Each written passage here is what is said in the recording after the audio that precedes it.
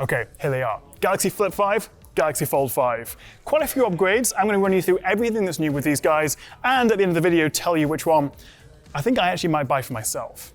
Okay, let's start with the Galaxy Z Flip 5, because Samsung sell far more of these than the Fold, mainly because it's quite a bit cheaper, but it's also geared less towards pro users and heavy multitasking, and more for the novelty and nostalgia of having a flip phone and all the fun ways it allows you to use the camera. So as you can probably guess, the headline upgrades include this massive cover screen. We also have this new zero gap flex hinge, so for the first time it folds completely flat. They've upgraded the Gorilla Glass and made the flip a bit more durable, although sadly there's no change to the look or the feel of this crease. Side by side with last year's Flip 4, I didn't notice any significant difference.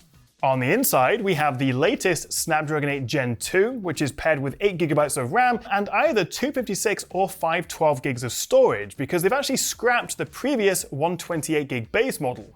Although it is actually worth mentioning that the Snapdragon 8 Gen 2 chip is actually the mid-life refreshed upgraded version, although Qualcomm for whatever reason aren't calling it the 8 Plus Gen 2, so maybe we have to call it the Snapdragon 8 Gen 2 Gen 2. But anyway, as well as the nice little boost in performance, the new chip also contributes to the battery and the camera, because actually from a hardware perspective, they haven't really changed at all. I mean, I may as well just show you the Flip 4, because the Flip 5 has the exact same 3700 mAh battery, same 25-watt wired charging, same 10-watt wireless, and even though this was an upgrade over the Flip 3 in terms of battery size, I was hoping that maybe we'd see something a little bit new here with the Flip 5, sadly not. And in terms of the charging speeds, I feel like they've just completely forgotten about it. Everyone else has moved on to 50, 60 watts or higher, except for Apple maybe. It's not a deal breaker, but it would be nice to see at least a bit of an increase in charging speed at some point.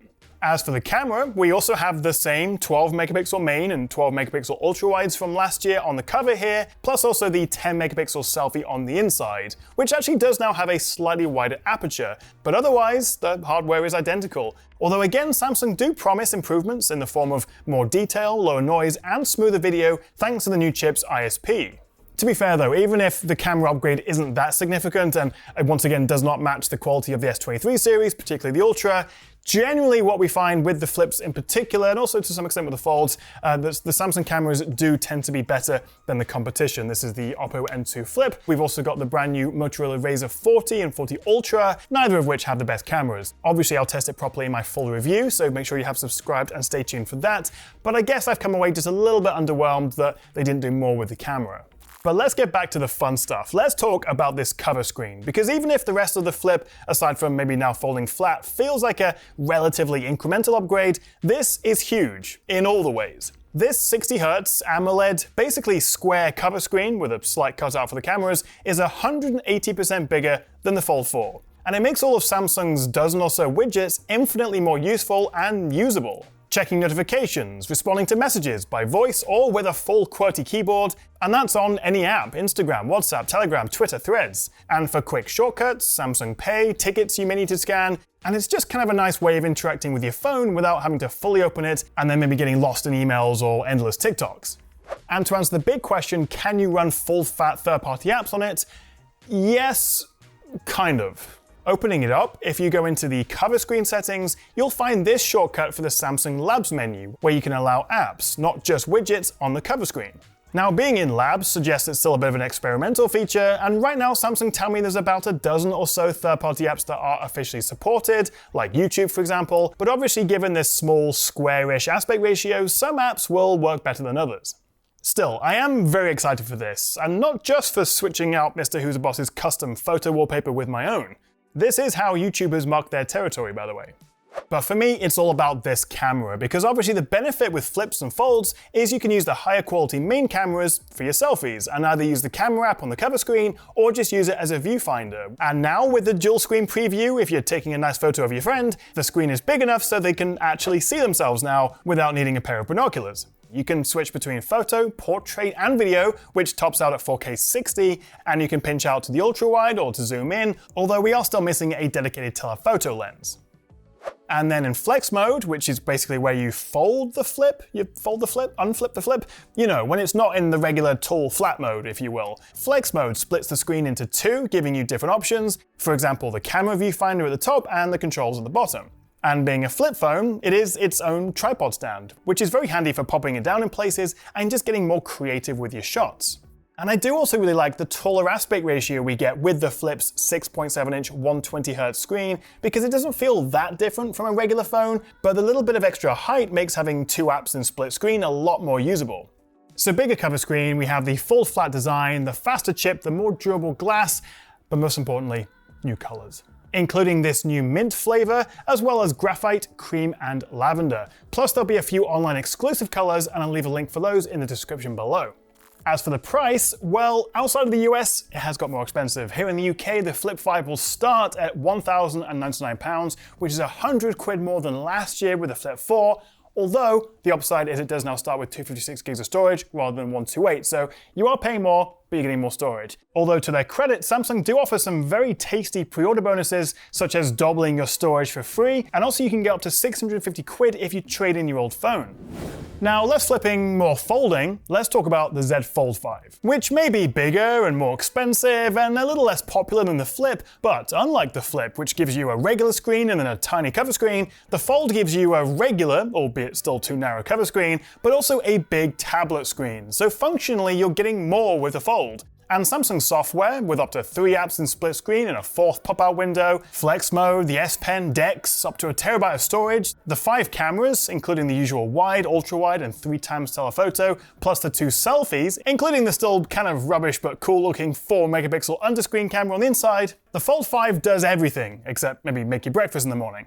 Now, the upgrades are broadly similar to the Flip 5, although we don't have the fancy new cover screen, as much as I would personally like it if Samsung tweaked the aspect ratio a bit and made this cover screen wider. However, the Fold 5 does have an upgrade in terms of screen brightness. They're around 20% brighter than last year, now matching the S23 Ultra.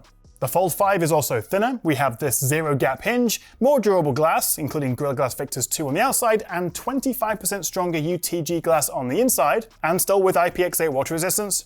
On the inside, we have that Snapdragon 8 Gen 2 Gen 2. The battery is also still the same size as last year, 4400 mAh, although Samsung do tell me that with this new chip and also a 38% bigger vapor chamber cooler, for gaming in particular, the Fold 5 should last over an hour longer than the 4.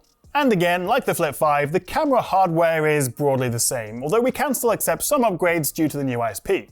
So that's all fine, but really the highlight is being able to fold this thing completely flat, because it does make a difference. Aesthetically, it looks a lot smarter, and functionally, it reduces the chance of any debris or grit or sand or whatever getting in and causing havoc, and it also means they've been able to make this 2.4mm thinner, and they've also reduced the weight by 10 grams. Which, don't get me wrong, is a very welcome improvement, but it feels like where Samsung was once the leader and the innovator, now they're kind of falling behind the competition, at least in terms of design. This is the Honor Magic V2, which I recently made a video on. Sadly, they're not actually launching it outside of China, but this is slimmer, it's lighter, and they've packed in a much bigger battery than the Fold 5. And it also has a more comfortable 20:9 aspect ratio for the front screen. In terms of form factor for a foldable, this is what I want.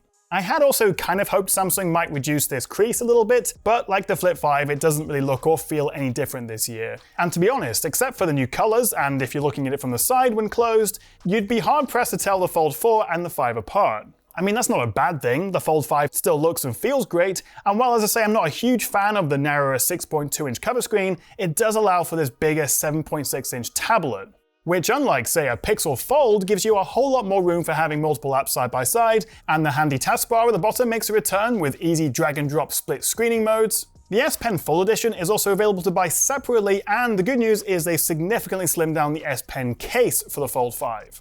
In terms of colors, this icy blue Fold 5 is the new hero model, and I think probably the one I would go for, but it also comes in Phantom Black, Cream, and of course a couple extra online exclusive flavors.